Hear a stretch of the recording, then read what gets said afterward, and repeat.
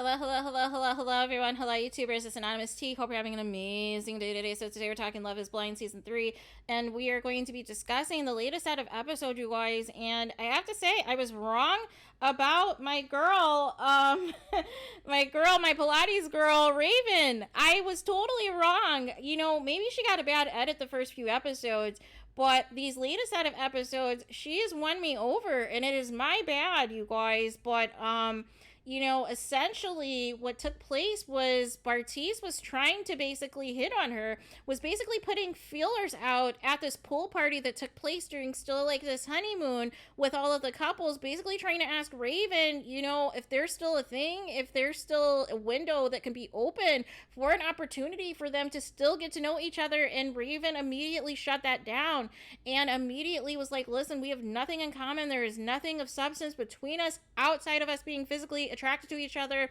and both being into fitness. And after seeing Bartiz's sister later on in the episodes, I understand now his obsession with Raven, you guys, because his sister looks a lot like Raven, you guys. Make it make sense. So there is that, but it seems that Raven and SK are getting a lot closer. So I'm not sure by the edit in the first few episodes basically making it appear as though Raven was not interested in SK and was just interested in him because she couldn't have Bartiz was basically the narrative that we were getting. But in these latest set of episodes, it really seems like she is fond of him. She is falling for him. She loves his family, really wants to get to know more about his Nigerian culture. And this was not the same energy that was in these first batch of episodes, you guys. And I think with her doing the jumping jacks during the conversation with Bartiz, people just thought that she was opportunistic or she was, you know, somebody who didn't care. But really, it just sounds like Bartiz was boring her, that she was not romantically interested in him. But the way the edit presented it itself, it made it seem as though, you know, she was being rude and disrespectful.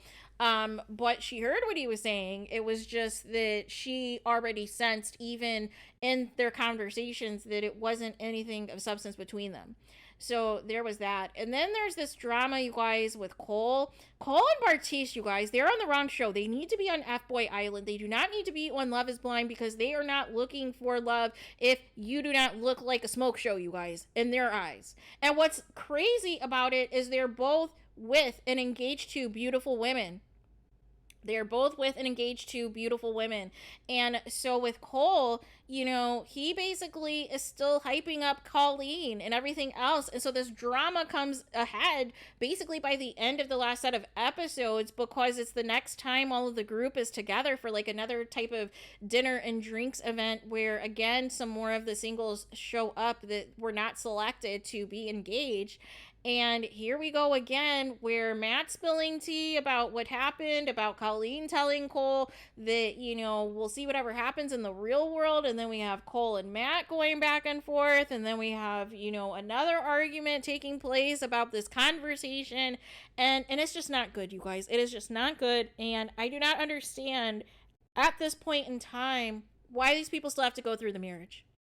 Why these people still have to go through with these weddings if there is blatant people here who are not interested in the person they're engaged to, you guys. And even with that being said, even Nancy and Andrew had a moment to where, you know, and I don't think Andrew necessarily is interested in Nancy anymore, because obviously it didn't work out. But I think he is enjoying the tea. He is enjoying the fact that Nancy is not happy in her situation with Bartiz, even though he was playing it off like he was just sweating and everything else. But I totally believe he is enjoying the fact that since she rejected him, that now she is having issues with this thing with Bartiz. And basically, Bartiz has been looking for an out ever since he met Nancy. If we want to keep it a buck, you guys, if we wanted to keep it a buck, you know, at the end of the day, when people, you know, hook up with certain people, it doesn't matter how physically attracted to them or not. It is always going to depend on how they treat them after the fact. And he treats Nancy like somebody he does not want to be with. He treats her like she's not somebody he wants to be with. Basically, they're showing scenes of them ignoring each other, of him basically telling her he's not physically attracted to her. You know, we are seeing obviously the conversations and meeting of the families and everything else. And, you know, the brothers asking Bartiz straight up, like, hey, if my sister is 400 pounds, if she gains a whole bunch of weight and she's 400 pounds, are you still going to love her if you're still going to treat her right? Because they saw through Bartiz and how obsessed he is with looks and superficial things before anything else. And so he was really trying to, you know, play it off. And he was like, you know, I'll still love her as a person, but physically. And I was like, wrong answer. Wrong answer, you guys. And, you know, it's not only that, also when Bartiz saw that Nancy was successful in these side real estate properties that she has going on with her ex, you know, that was another thing that he was hoping he could latch onto to say, hey, this is not going to be a good look for us. And then ultimately was the conversation about having abortions, you guys. And so with Nancy being a speech pathologist, she was basically saying in her line of work, she would not be comfortable going through with a pregnancy if she knew that the child had special needs, because it's going to be a lot, that not only for the child, but also the parents, and the additional cost that it's going to be for the different treatments and everything else that's involved. And people don't understand the complexities of the psychological toll, the mental toll, the physical toll that it takes on everybody for that. And so Bartiz, that was his end, you guys. That was his end. And he was like, listen, I'm going to love my children in the future no matter what. I do not want anybody to abort any children, no matter if they are special needs or not, or if they have a different sexuality or not. I want all my kids to be here. And so then he ended up using that conversation also against Nancy when his family came over. And it seemed as though, you know, the family was vibing with Nancy. They started to really like her until Bartiz brought up that conversation. And then his sister started crying and basically was like, you know, I couldn't imagine, you know, just, you know, getting rid of a child and you don't even have the opportunity to meet them and raise them and everything else. And even the dad was starting to look at Nancy sideways. So I felt that was very calculated on Bartiz's part, because he feels as though if he can, you know, get his family sold on them not being sold on Nancy, then that can also be another excuse and another opportunity for him to say no to Nancy. And then by the end of the set of episodes, Matt and Colleen, you know, are not seeing eye to eye. She apparently goes out for the evening, and it's like a Wednesday night at like 2 or 3 a.m. She's nowhere to be found. And Matt is blowing up Bartiz, basically saying he is done with the show. He wants to quit. He wants out and everything else. And so Bartiz has to go over and talk him down. But basically Bartiz then admits to him, oh, well, you know, I actually am jealous of you. I would love to be in your situation. You're at least physically attracted to your fiance, and you actually like have something to build with her and everything else. And I was like, dang, like you really are not into Nancy at all.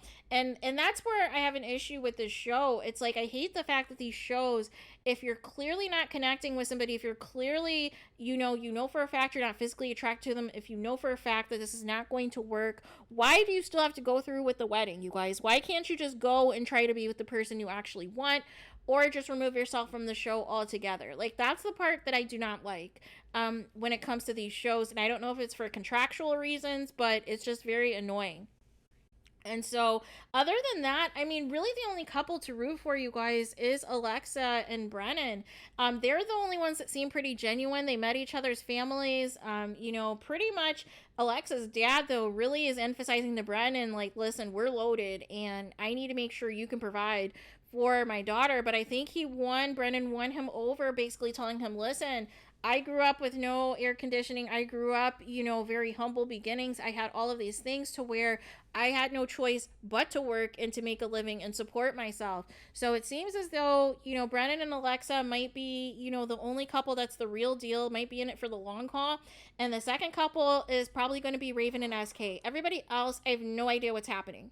And even if you want to blame the edit and making it seem like their one issue of not being attracted to, you know, the other person is like, you know, the main thing, but they're going to work it out. I don't know. I honestly don't know, you guys. I do not know, but it just seems like they keep emphasizing it on so many levels with these couples. With technically 3 of the couples is really the main issue. And you keep harping on it to where it is going to impact one or all three couples choosing to say no at the altar. So there is that. So we have our next set of episodes that are going to be airing on Wednesday, and we will come back with an update. We will come back with an update because we should be getting to at least a couple of the weddings out of the 5 couples, and I'm guessing they're likely going to start with Alexa and Brennan because that seems to be like a sure yes, and possibly Raven and SK that are likely to be a yes.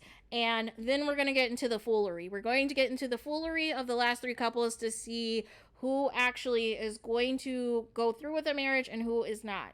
And then I presume after that set of episodes, we'll get the finale and get a reunion at some point in time coming soon.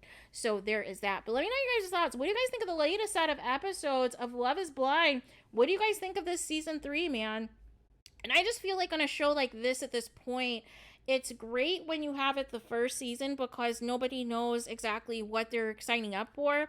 And it's a testament to that still the two of the 3 couples from the first season are still actually married and still together. Whereas you now have nobody together from season 2, and season 3 looks like it's going to be a bleep show when these last set of episodes air.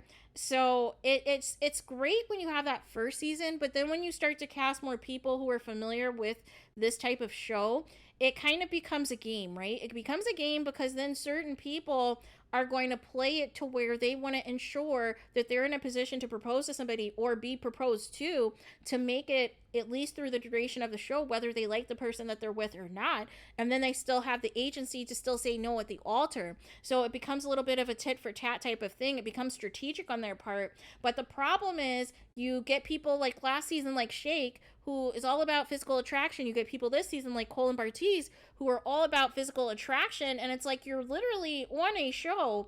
You signed up for a show to basically say, hey, physical attraction is not going to be the reason that I marry you. It's going to be based on our emotional connection and us connecting with the things that we have in common and being able to be vulnerable to one another. But then you're basically saying when you see them in person, you're immediately turned off if they're not your physical type. And that's not what the show is supposed to be. So I'm wondering how this is going to happen moving forward.